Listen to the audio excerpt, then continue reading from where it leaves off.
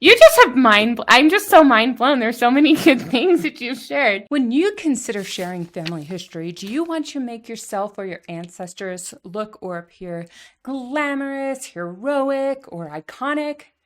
Do you want to gloss over or hide stories that show your ancestor or yourself as hurt, tired, or flawed? Today, my special guest invites us to avoid the mistake of only telling happy stories. Before we get into this video, I just want to warn you there were some technical glitches in the rendering of Laura's image. And so sometimes the image gets a little fuzzy and sometimes the voice and the video get out of sync. But the content was really too good not to include. So bear with the technical difficulties, and I believe you're going to enjoy the tips that Laura has to share. Please welcome Laura Hedgecock. Howdy, Laura.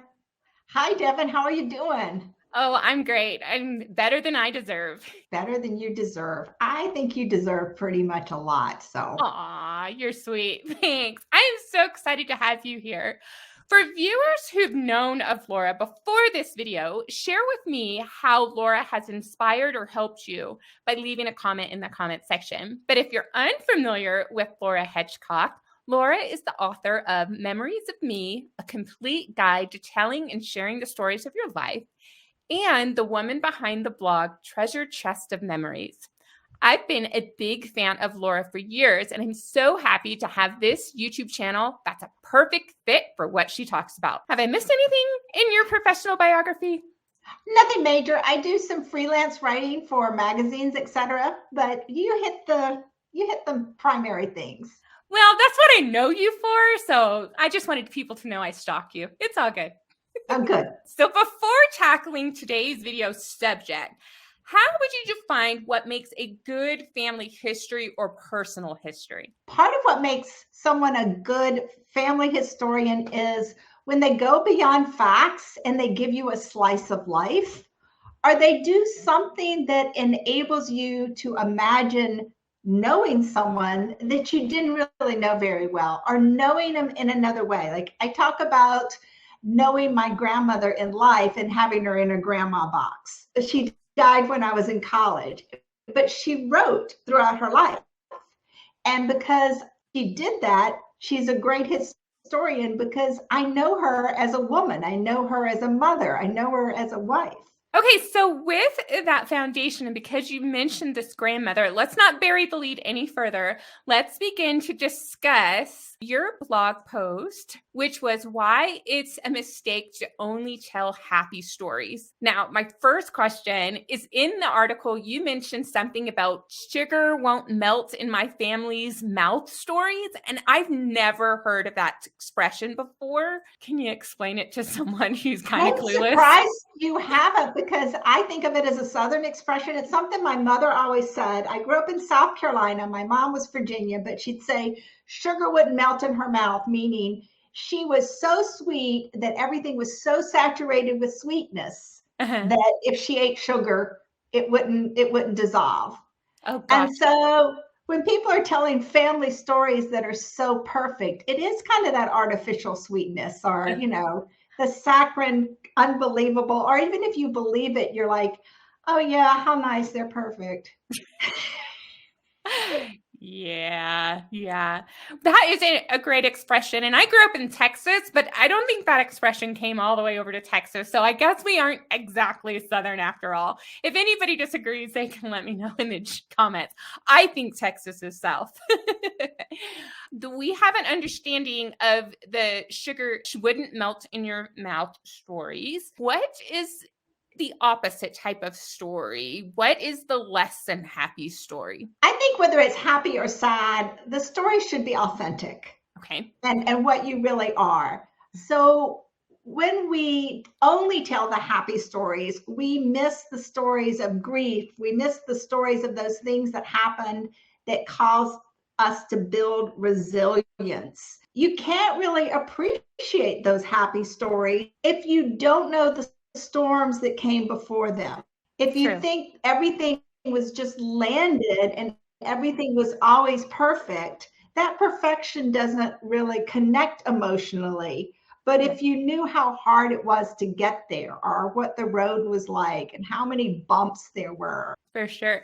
Everything isn't awesome. We shouldn't take that from the Lego movie and apply it to genealogies. I think too, I mean, we do it with our own stories, we do it with our family stories, and we do it with our ancestor stories. But what we're passing on is a facade. Right. It's not the real thing. Right, for sure, for sure. The next question I have is, why should genealogists tell all types of stories? And you've said to make it more authentic. Is that accurate? Stories are more compelling when they have universal experiences that we all experience, when they have emotions, when we see vulnerabilities. Okay. Those stories connect. And that's a large part of what people want to do as genealogists when they write stories. They want to create those connections. Right. And there's actually been studies that say when there's too much perfection, there's like a little thing that's like a turnoff. Maybe those of us that are less self-confident, like me, like I call it the Martha Stewart effect, is the last person I would want to have over for dinner would be Martha Stewart. Because I feel so intimidated. And the other thing that really made me start thinking about this, Devin, I think it was 2021, I did a Roots Tech workshop on storytelling. Yeah. And one of the ladies in the chat kind of wrote, like, she was annoyed. And she's like, I don't think my family wants to hear about my problems or the problems I had as a young woman. I focus only on the happy things. Right. Yeah. And I was like, I'm not sure you're right. And I was just having this thought today, not to rag out any of my kids, but we had an argument today and it escalated so bad. And there were things that said that scared me. I'm like, oh, is this bad? Is it normal? Is natural? I didn't grow up around family, and it was just my mom, my brother, and me. And Dad was just always at work. And so for me, I was just like, what? I want to see the fights. Like what? I know that, not that I really want the fights, but I want to see what's normal, what's natural, what is scary. Like this is a red flag. What is not a red flag? Because I just feel like sometimes we're just walking down paths that if people would share both sides, they can understand, oh, this is when things have gone too far and this is kind of natural, let it blow off, that type of thing. But if you don't have those authentic stories, as a mom, I just feel like a total failure every day that ends in Y and twice on Sunday. Yeah, that's a little heartbreaking. I mean, sometimes these stories can be like an older sister or a cousin, like in 1998, both my parents were killed in a car accident and my boys were 2 and 4. But luckily I had an older cousin, and especially when they were like wrought up with grief and things were all up in the arms and stuff. Yeah. And my cousin Sue Ellen would just sit me down and she said, they're fine. This is just stuff that they'll do. She had 4. Yeah. And hers were older. And she would say, it's fine. This is stuff that they do. And then she'd tell me stuff that her children who looked perfect had done and stuff like that. Yeah. And it was good. So it's like, if you leave stories like that, you're being that older cousin that's got the good advice and saying, Laura, don't fight with your kids over a haircut. It's going to grow out. Were you in my house recently? No, I'm kidding. Oh, you speak so much truth right now. Okay, so you've talked about what to do and why it's important. So let's tackle putting this concept into action. How do we tell the less than happy stories, the sad stories, or the darker stories, or just the real stories? How do we do that? I think the best way to do it is to first, anything that's difficult, is first write it just for yourself. And tell yourself, okay, this is just for me. This is just regurgitating what I remember, how I felt about it, why I think it happened, and I'm going to edit it later. Okay, yes. And no one's going to see it. So you give yourself permission to have that thing. And like really and truly, if sometimes you might read it and think, okay, this is just between me and heaven, and I can burn it and the smoke can go up and I've accomplished what I needed to. Right. And sometimes it's this is what I need to read. And then another thing we can do is once we've gotten it and kind of have the things, then you hold it up to the light of day and you look at your motives. Okay. Am I just complaining because I'm bitter about something somebody did? Or was this something significant in my life? Things like that. And then, of course, the big questions is everybody says, what's too much, et cetera. And that's a very personal thing. Right. And those motives, though, they can help you because it's really interesting. My grandmother, she wrote through rose-colored glasses. Okay. Everything, she never mentioned, I think in one word in her whole journal was something about there being something that wasn't perfect. Like a relative did something that was disappointing. But my mother was the one that transcribed it. And my mother was a child protective services advocate. And she was her mother's advocate. So she would annotate and say, actually, grandmother probably was put to bed hungry more times than not. She suffered neglect, if not abuse. And so that I understand why she was trying to be so happy. But I think, sometimes sharing it with a trusted confidant, someone who knows you or maybe knows you and the other people involved. Right. Yeah. And sometimes time can help us. I mean, we've written it, but maybe this isn't the best time. The person involved is battling cancer. Well, that's really not when you want to share it with the rest of the family. Yeah. Yeah. But also you look at, like, my mom never thought of herself as a family historian. She thought of herself as an advocate. Gotcha. And when there was victimization, she was just all over it. Let's tell this story. Let's address this problem. Where she had come, well, my dad's side, there was generations of sweeping things under the rug. And my mom was not about that. We all need one of those moms in our families. A couple of things you said. One of it was the intent or motives, right? She wasn't necessarily out to write a hit piece. It was more tried to give perspectives, because then when you said that she went hungry more times than not, but she wanted to tell happy stories, now we understand her psychology just a little bit better, right? So we understand that. And then there was my grandmother's name was Hazel, and my mom was raised during the Depression, and they were very, very poor. My mom didn't have her own pair of shoes until she went to college, and her sister's feet were smaller than hers. But my grandmother, when things were tight, she always claimed she wasn't hungry, so there'd be more food for the kids. And we called it pulling a Hazel. But then when you realized that this was something that was probably really difficult for her, but she remembered being hungry as a child, and she didn't want that childhood for her kids. Yeah. So it's exactly what you said, that perspective that makes you this tiny little thing about pulling a Hazel. It has meaning all of a sudden, and it didn't have to be a great big story tell-all. So another thing that came to mind, even though you didn't say it specifically, was when you were saying write these different stories. I remember when I wrote my stories and I shared it with my mom, she was like, "You are so negative. Like, there were happy memories here. Why don't you add more?" And you had then mentioned that sometimes it's not time to tell the story because maybe your mindset isn't right. So that made me have this thought that said, oh yeah, I remember when I came back to it maybe 5 years later, I did remember the happier stories, and I was able to put the negative and the positive and tell more well-rounded stories. So that was really good advice. I just wanted to tack a little bit onto with my own personal experience. But then you also mentioned by sharing it, you can have people get comments. My husband does this all the time.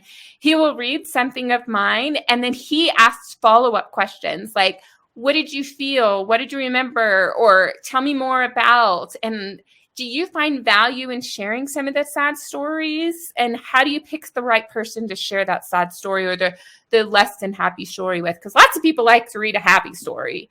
But how do you go about finding that person to really give you more perspective to tell a better story? Well, one of the best things is a writing partner or critique group, because they also give you some, mutual accountability to, I'm writing stories and things like that. Also, sometimes, I started kind of weird. I kind of started blogging when I was starting to write my book, and I started writing to strangers. And I don't want rejection from people I know, but if someone I don't know rejects me, then I'm pretty cool about it. But so that's That's so funny. But yeah, I was doing a memoir class. There was a lady who was a Holocaust survivor who had a lot of pressure from her family not to tell all the bad things that happened. And she wanted feedback. And I think it was so empowering for her that everybody in the class, and it was older people, to a person, they said, we want to hear everything you feel like you want to tell. English wasn't her first language, so that was one of our problems. And they're like, fine, find someone that will, edit it. Right. But she's like, you're right. I have no shame. What happened to me was the Nazi shame. It wasn't my shame. Right. So I think for her, writing that was like a release. Yeah. And it was something that her family had never been in a position emotionally, because they cared so much about her. Right. To be able to process it. Yeah. So releasing it to a wider community that could process it in a different way was super helpful to her. Very true. That just makes me remember the Corrie ten Boom book, and it wasn't all happy. And I love that story because it's real. And it goes back to your word authentic, does it not? I do think that is something that people don't realize they crave until they read it. Yeah, so true. Because nobody wants to say, oh, I'm going to watch this show because it might make me hurt for another person. Uh-huh. Yeah. Yeah. But we get something out of it. We do. And then I just think of one of my favorite, it's a little bit old, but it came on Amazon Prime, and it was Heartland, and it talks about family and dynamic and the good and the bad and the ugly. And it was just so authentic. And I love the good stories. I love the annoying dad and the grumpy grandpa who has this big, huge heart. And it goes back to there's opposition in all things, and you can't understand the joy if you don't understand the pain that people went through. All of that authenticity, all that realness really just connects, and to know, hey, that's my grandma, or hey, that's my aunt, and stuff like that. I really think there's so much value in there. I think you hit on something really important too, and it's kind of a storytelling concept of three-dimensional characters are conflicted characters. And I know these are real people, but those, when we read fiction, like in Harry Potter, Snape was who we loved to read about, but we weren't sure if we loved him or hated him because we saw both sides of that character. And I think we feel like when we're starting our stories that, oh, if I say something bad about, if I call my grandpa, really grouchy, that I'm doing him a disservice. But in a way, you're not, because we all have grouchy people in our lives that we love. So true. Okay, so I think you've given us a lot of practical advice for people who are new to writing. But what do you say to someone who says, I can't do that. I'm not a creative writer. So you wrote for a magazine. I wrote for a publication years ago. I studied journalism.